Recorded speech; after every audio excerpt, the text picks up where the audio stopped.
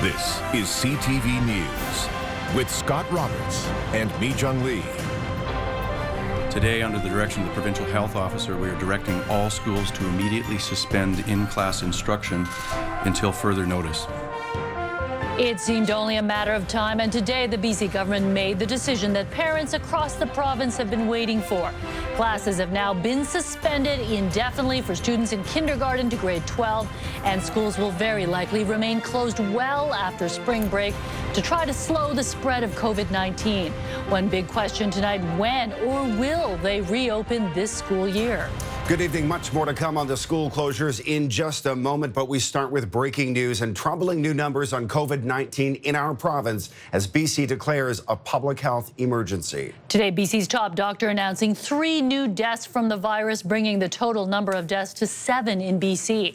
The province has also recorded 83 new cases, by far the largest single-day jump, meaning 186 people have now contracted the virus in British Columbia. Those numbers coming late this afternoon from BC health authorities as they update the spread of the virus. Let's go to Norma Reed in our breaking news center with a closer look at the situation here in BC. Norma? And Mi-Jung, while those positive test numbers are up, it's important to understand why there was such a jump today. First, let's take a look at the case numbers.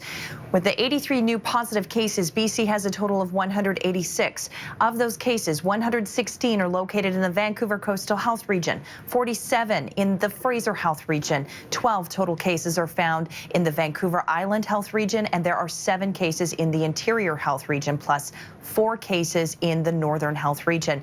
3 more people have died in BC due to COVID-19 as well. 2 people connected to the Lynn Valley Care Centre outbreak, and a man in his 80s who died in a Fraser Health Region hospital, bringing the death toll number to 7. Now, with the public health emergency now declared, Dr. Henry and Adrian Dix will have expanded powers during this crisis. We've taken a number of unprecedented measures in the last few days, and this declaration of an emergency enables me to be faster, more streamlined and nimble in the things that we need to do right now. The Provincial Health Officer can authorize health officers to perform their duties anywhere in the province, beyond the health authorities, the regions they work in.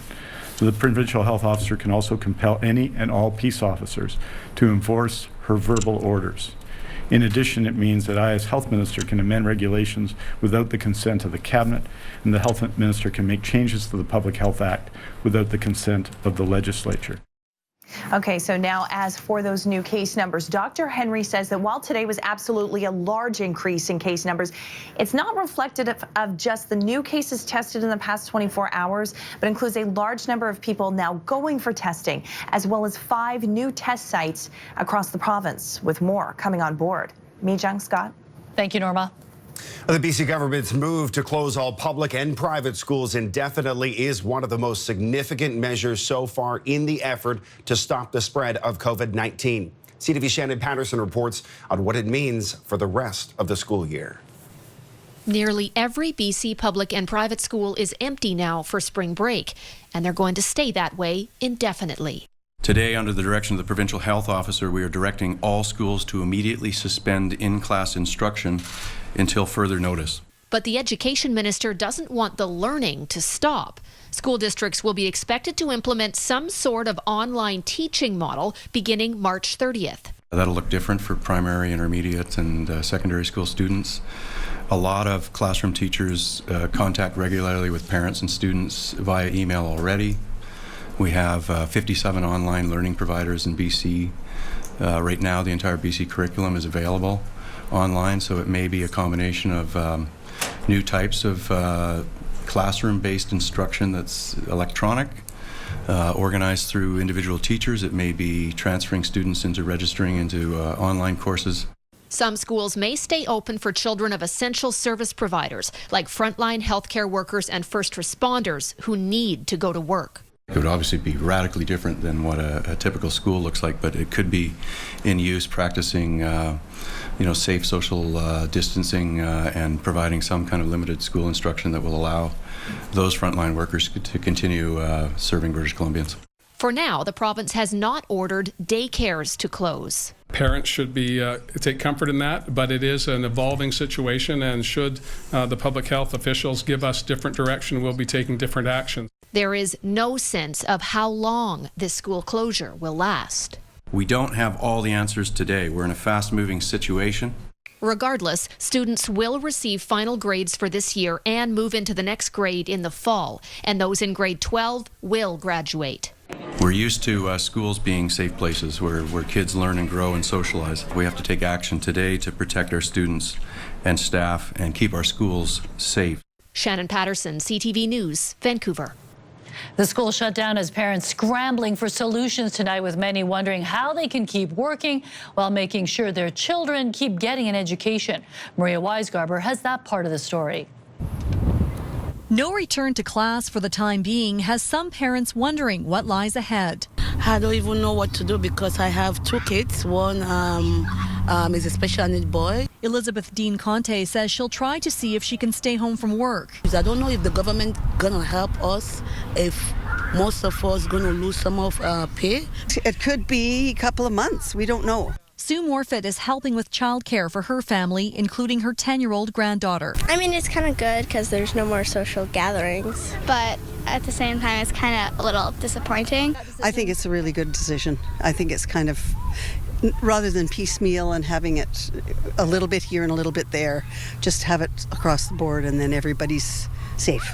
Even though students won't be back after the 2-week break, teachers will be going to school. The BC Teachers Federation says they'll be working with districts and the province on ways to continue delivering education. In some cases, that could be online, although the Federation points out not every student may have that kind of access, and models will likely vary from grade to grade and district to district. We'll do this very carefully, very thoughtfully, and make sure that everyone is treated similarly. The union says they are also working out ways to support students who rely on meal programs and those with special needs who work with education assistants. We have some knowns right now. We have a lot more unknowns. Families are being asked to be patient for those answers as the education system works out a new way to function during the pandemic. Maria Weisgarber, CTV News, New Westminster. Whether they are facing layoffs or need to take time off work, millions of Canadians are dealing with financial anxiety during this pandemic. That's why the federal and provincial governments are set to announce major economic relief plans. CTV's Binder Sudjan looks into the changes to employment insurance rules and why it's still not clear how everyone who needs help will get it. With nearly 600 COVID-19 cases in Canada, the number of patients, like expectations of government, are climbing. They need to make sure that they're not shortchanging people in this crisis. It's a go big or go home environment, it seems to me. They is the Trudeau government. BC is pushing for employment insurance checks to be 100% of regular pay and for the program to be extended.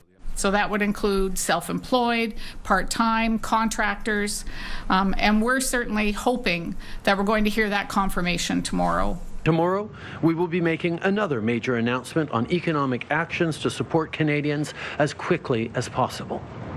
By the end of the week, we will have more to say about changes for the upcoming tax season. I think it's very heartening that that's coming. It can't come fast enough. Across the country, only Ontario has more cases than BC with 190. Alberta has 97. BC may look to stop evictions and ban late penalties on tax bills for both residents and businesses.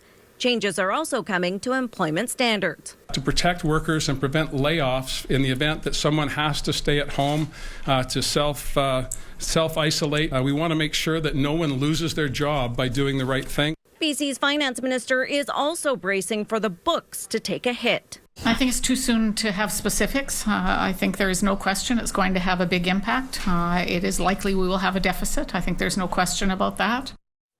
So, Binder, we heard there BC is asking for the feds to step up here, but what can the province do right away? Yeah, well, Carol James says she wants to take a look at what Ottawa is delivering before announcing what BC will do. And her message during a news conference today to British Columbians: we've got your back. And so there's no doubt that some immediate relief is needed, but Carol James says she's also focusing on a long-term strategy together with businesses to make sure that the economy returns to health after this pandemic. Scott? All right, Binder Sudjan live at the legislature. Thank you, Binder. With bars and restaurants and many other businesses shutting down to control the spread, many streets and sidewalks that are normally teeming with people are virtually empty right now. Sinjin Alexander is live in Vancouver. And Sinjin, this is a St. Patrick's Day the bar and restaurant industry would like to forget. I think that everyone would like to forget me, Jung. Look at this place. There's nobody here. Usually it's hopping, especially today on St. Patrick's Day. But look at this. Empty stools, empty tables, no pool, no beer, no music. Clearly, they're heeding the warning. St. Patrick's Day hotspots are either shut for the night or closed entirely until further notice. Surprised, would-be revelers were confused. No wait, no bouncer. Opening day, that's why I came early, because it's lineup around the corner. Nobody here at all? Nobody here at all. As medical officers urge bars to lock up, governments promise financial help during this difficult time. That's why London pub owner Steve Jennings was so surprised to see men in uniform waiting outside. I come into my pub to clean it up and get prepared to close it down, and now I've got a bailiff and a locksmith waiting outside. Jennings admits he owes the government a PST payment, but with business so slow and now a full closure, there's no way he can raise the money in time. Even so, he wonders why the Ministry of Finance would come collecting today, of all days. Yeah, I'm just so surprised at this point because of what's happening in the world. The Jansens, owner of the Wheat and Barley, are packing up the kitchen, saying it's just the right thing to do. I've been thinking about it for a little while now, and I'm from Germany originally, so I see how bad it can really get. They're a new business, and St. Patrick's Day is one of the most lucrative days of the year. Now, nobody knows when we will open again, if we will open again. $22,692.91. Jennings, with the help of the Restaurant Association, convinced the BC government to cut him some slack. Question now, when will the money and the Guinness flow again? And the good news here, they're giving the pub 30 days to come up with that money. They'll go and see the bailiff and report in. If the pub isn't open, heaven forbid, by then, they get another 30 days. Mija. All right, some welcome relief for them. Thank you, Sinjin. The window is closing quickly for Canadians abroad hoping to return home before new measures kick in, keeping anyone with COVID-19 symptoms out of Canada. CTV's David Mulco is live at YVR tonight. And David, you've been talking to Canadians returning and leaving the country. A couple from Bowen Island happy to be home and ready to embrace self-isolation for the next 2 weeks. And a young professional from Langley now headed back to China. And I felt good to be back in Canada. Jack and Surya Rizals just landed 2 weeks early from a 6-week adventure in Mexico. Going to see a lot of plays, studying Spanish. But when they heard the Prime Minister on Monday, If you're abroad, it's time for you to come home. they moved as quickly as they could. 14 days hibernation. Yeah, we're going to take it seriously. We're going to take it very seriously. And while they're headed to read, meditate, and practice yoga at home on Bowen Island, Jesse Lynch from Langley is checking in for Shanghai. I'm a product manager at a mobile games company there. Do you feel China's a safer place to be now than Canada is?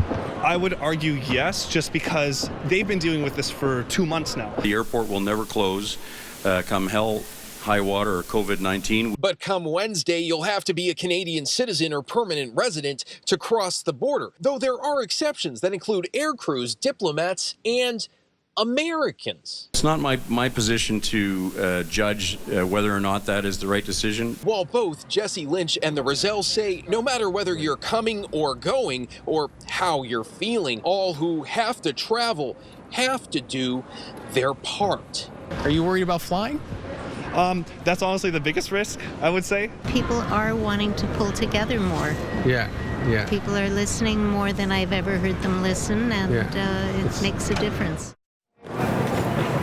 It makes a big difference. Now, if you're a Canadian abroad or you know or have family members who are overseas, this is the information you need right now to contact Global Affairs Canada. +1 613 996 8885 is the phone number. Email Global Affairs sos@international.gc.ca. Remember, if you have symptoms as of Wednesday, you will not be boarding a flight back to Canada, even if you are a Canadian citizen.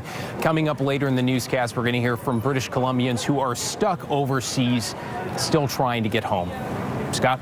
All right, David Molko live at the airport tonight. Thanks, David.